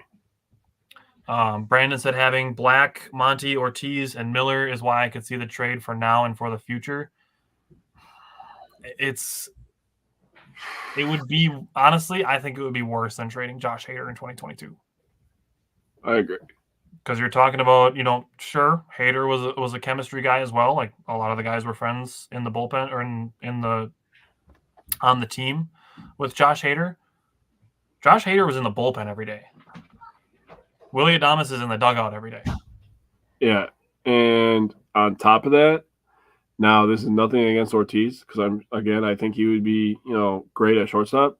The Brewers had an all-star guy ready and prepped that could take over the role in the hole left by Josh Hader. They do not have a guy that could fill the role of Willy Adames right now. When you consider everything, right? Like you just brought up, like if they have to move Ortiz, right? Okay, so you still have Ortiz production, but now you're not filling in everything left over from Adames. The two pitchers, and even if you get a reliever or a prospect thrown in, they don't do as much to improve the starting rotation as taking Willy Adames away from the left side of the infield would do to hurt that part of the defense and his spot in the lineup. Yeah. Because you're not getting a power bat and a starting pitcher in return for Willy Adames. Yeah. Like as much as we love him, that's just a fact. You're not getting that much for that guy. And if you are getting those two things, you're going to get like a dude who might hit home runs, but he also strikes out a shit ton. And you're going to get a starting pitcher that has like a 6.5 ERA. Yeah. You're not going to get a good return if you're trying to get both of the things that you need. And like I said, the opportunity cost is you can go from Willy Adames, who's a really good power hitting shortstop, and having Joey Ortiz, who is coming into his own as a power hitter, as a third baseman. But if you move one of them and subtract it, Oliver Dunn and Andrew Monasterio are not giving you the power that Joey Ortiz is giving you. No. The combination of power between Ortiz and one, you could add both of them together, is not going to be the power that you can get from Joey Ortiz and Willy Adames. Yeah. That's one of those situations where you want to be getting the best player in the deal. And if you're doing one of these deals, Willy Adames is going to be the best player in the deal. Yep.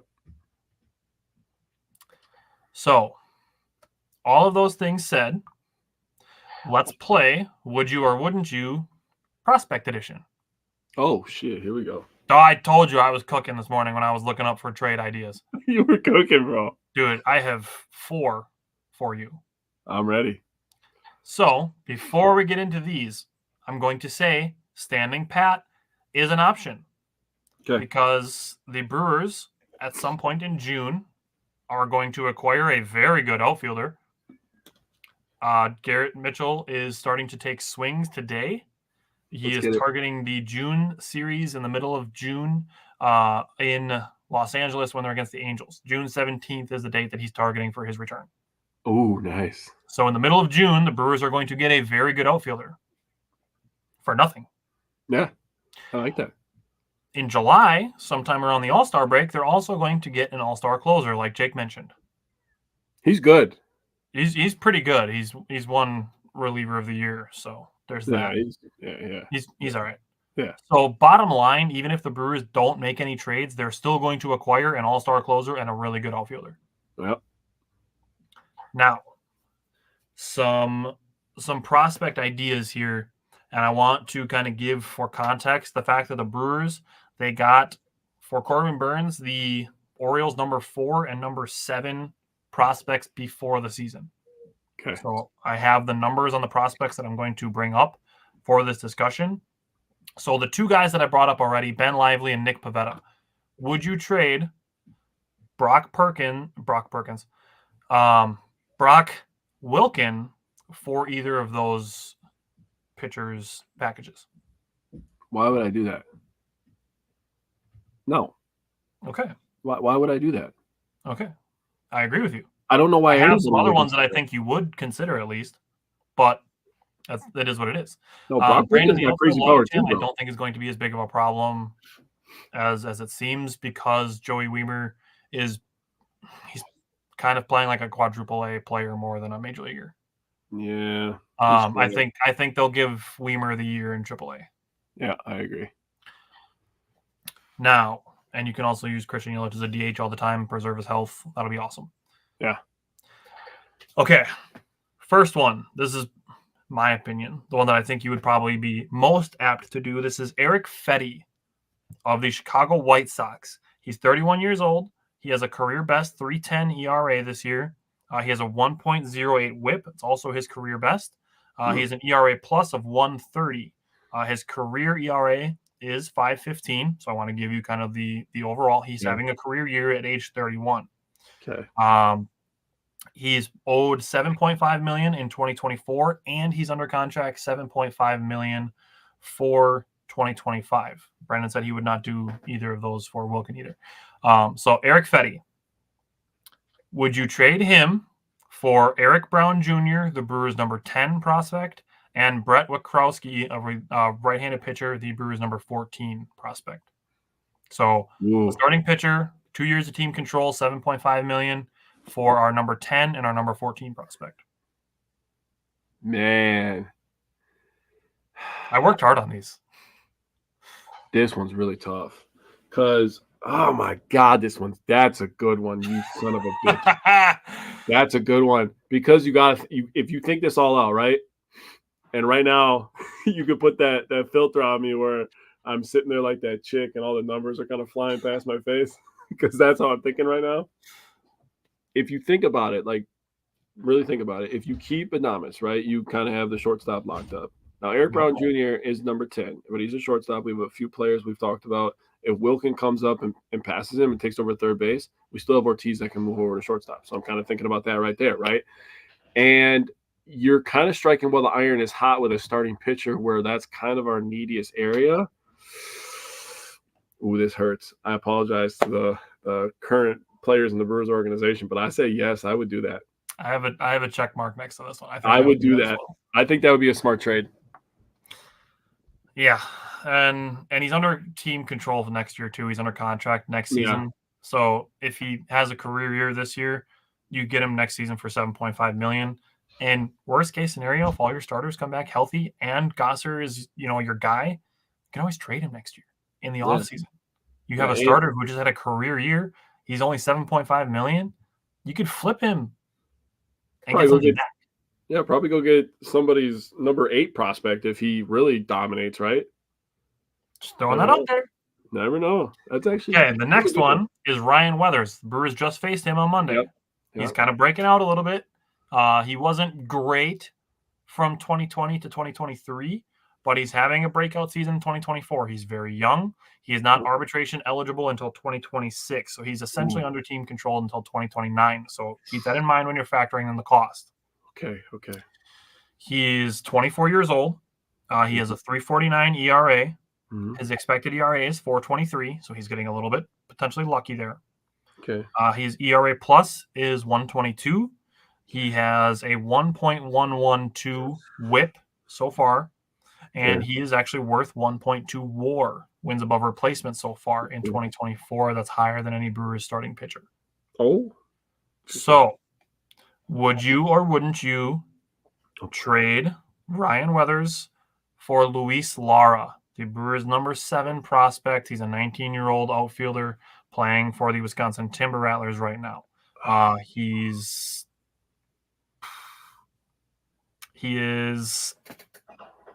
I think he's 19. I believe he's 19. So for Luis Lara, number 7, the Brewers' number 7 prospect, and their number 28 prospect. He is a right-handed Ooh. pitcher. So number 7 and number 28 for a pitcher with 5 years of team control. This is another good one. So it's hard because you gotta sit here and you gotta think about projections and where these guys can end up, and like he's only 19 years old. So honestly, if Lara puts together a couple good seasons, yeah, he has a lot of upside. You got to think like this guy could just skyrocket and become the Brewers' number 1. I think Brandon said it really well. Okay, Brandon, settle down. You're getting ahead of me. Okay, I'm thinking out loud here. Okay, Jake's the guy on the show here. You're getting ahead of Jake. Now, I was gonna say they do already have some young pitching prospects, so it's not really a necessity that they have to go after another young guy. Now, Right. if they're really trying to build the goddamn Avengers of starting 5 pitchers, I say why not? Why not, right? But my next 2 don't really fit that. I would say, personally, no, just because I've heard a lot of good stuff about Luis Lara. So yeah, some of it from me. Brandon said today he would, but if Hall figures it out soon, I would not. DL Hall is definitely a factor for the starting rotation also. Yeah. He's making rehab appearances in AAA. So I agree with Brandon on this. Today I would, but if Hall figures it out soon, I wouldn't. I mean, you Totally gotta think. fair. I mean, Hall, Gosser. I mean, people talk about Mizorowski. I mean, that's the top 3 young guys right there. Tobias Myers isn't bad. Do No, you want to know the parameters that I did to find if guys were going to go on my list as somebody I would trade for or not? Oh, My parameters were 1, to be healthy, 2, to be better than the rookies, which is Gosser and Myers. Gosser's ERA is 2.65. Tobias Myers, his is 5. So the average between that is about 3.82. yeah. Okay. Woodruff coming back next year is a factor too. Ashby, he's got to get his command under control before I'm ready to be like, bring him back. Okay. My third parameter was not grossly overpaid. Okay. I put in my notes that slightly overpaid can be acceptable for a lower cost to acquire. Okay. Which is going to come up in my next one. Okay. So if you want to hear, I looked at 1, 2, 3, 4, 5, 6, 7, 8, 9, 10, 11, 12, 13, 14. I looked at 14 starting pitchers. Jesus. And whittled it down to 4 on those parameters. I'm basically looking for a reliable 3 to 4 rotation starter. Is this the third one that we're doing? This is going to be the third one. Okay. So this one, and again, this guy is overpaid, in my opinion, but the Angels would include cash. Tyler Anderson for the same package, Eric Brown Jr. and Brett Wikrowski, number 10 and number 14. This is Tyler Anderson has a 2.72 ERA, a 107 WHIP, is 34 years old, and is being paid $13 million this year. Oof. So Tyler Anderson and cash for Eric Brown Jr. and Brett Wikrowski, number 10 and number 14. I would say no to that. That's fair. The age is a factor there. Yeah. Okay. Last one. This is with the Toronto Blue Jays. Okay. This is Yusei Kikuchi. He is 33 in June. He is making $10 million this year, so there's probably not going to be any cash kicked in from Toronto. Okay. But he has a 2.64 ERA. He has low walk numbers and a solid strikeout rate. Would you do it? The same deal. Eric Brown Jr. and Brett Wikrowski, number 10 and number 14 for Yusei Kikuchi. So, one, I'm going to make a joke. I'm going to say no just because I do not want to say that name and embarrass myself. Just kidding. Oh, this one's a little closer. He's kind of in the middle ground between Tyler Anderson and Eric Fetty. Yeah, this one's a little bit tougher. It's going to make it sound like I hate Eric Brown Jr., which everybody talks about all the time, but I don't. But you know what? I think I would do this one. I think I would do that. All right. Middle ground. There it is. Between 32 and a month, he'll be 33. and 34. Michael said he'd keep our prospects. I mean, at some point, you got to be willing to do something. And looking at the 4 teams that I pulled from here are the White Sox, the Marlins, the Angels, and the Blue Jays. None of them are going to want guys that are like okay in the big leagues or guys that are on expiring deals. Well, I mean, when I was thinking about that last one, I was thinking about a guy that we talk about a lot who's also a shortstop named Cooper Pratt. So if you get rid of a guy like Eric Brown Jr., Cooper Pratt then becomes the guy of the future at the shortstop. Right. So I was kind of considering that too, where it was like I was big on Cooper Pratt when we drafted him. I'm gonna stay that way until he proves me wrong. So nothing wrong with Eric Brown Jr., but I just think that we have guys that could fill that. I mean, they traded Robert Moore just this past offseason. So yeah. Okay, those are the 4 deals that I had looking at prospect edition. And it's not to say that we don't think that Eric Brown Jr. can be good in the future or that Luis Lara can be good in the future. Like they are prospects that have hype. There's time there. But if you're looking at helping 2024 and future, there's an opportunity to do so. Eric Brown Jr., I believe, is 24 and he is in Biloxi. So he's 24 years old in AA. So he's kind of getting to that area where he could be a little bit old for where he's at. We should just bring Eric Brown Jr. on the show, and I could say that I traded him twice. I'll tell him you said that. Yeah, have Eric Brown Jr. on and be like, "Hey, would you trade you for Eric Fetty?" That's what he says. Jake said he would. He could always be like, I always liked Toronto. I wanted to travel. How do you feel about the south side of Chicago? Not as good as Toronto, I'll tell you that. All right, those are the 4 that I cooked up. Make you think a little bit, but that's the game that you have to play. It's not a game when you're Matt Arnold and your job is to be doing these things. Right.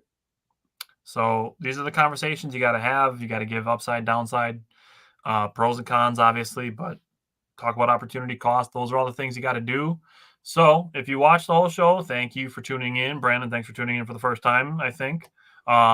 Michael, always, is one of the guys. Tim, have a good night. Go Brewers. Hopefully they're starting to beat the Marlins already. And we will see everybody next Tuesday night. If you're following us on Patreon, if you're subscribed to us there, we have a watch party next Tuesday. Otherwise, we will see you next Wednesday. Michael, Contreras extension, not yet. It's going to be expensive. It's getting there. All righty. We will see everybody next Tuesday if you're subscribed on Patreon. Next Wednesday back here. Other than that, go Brewers, and we'll see you then.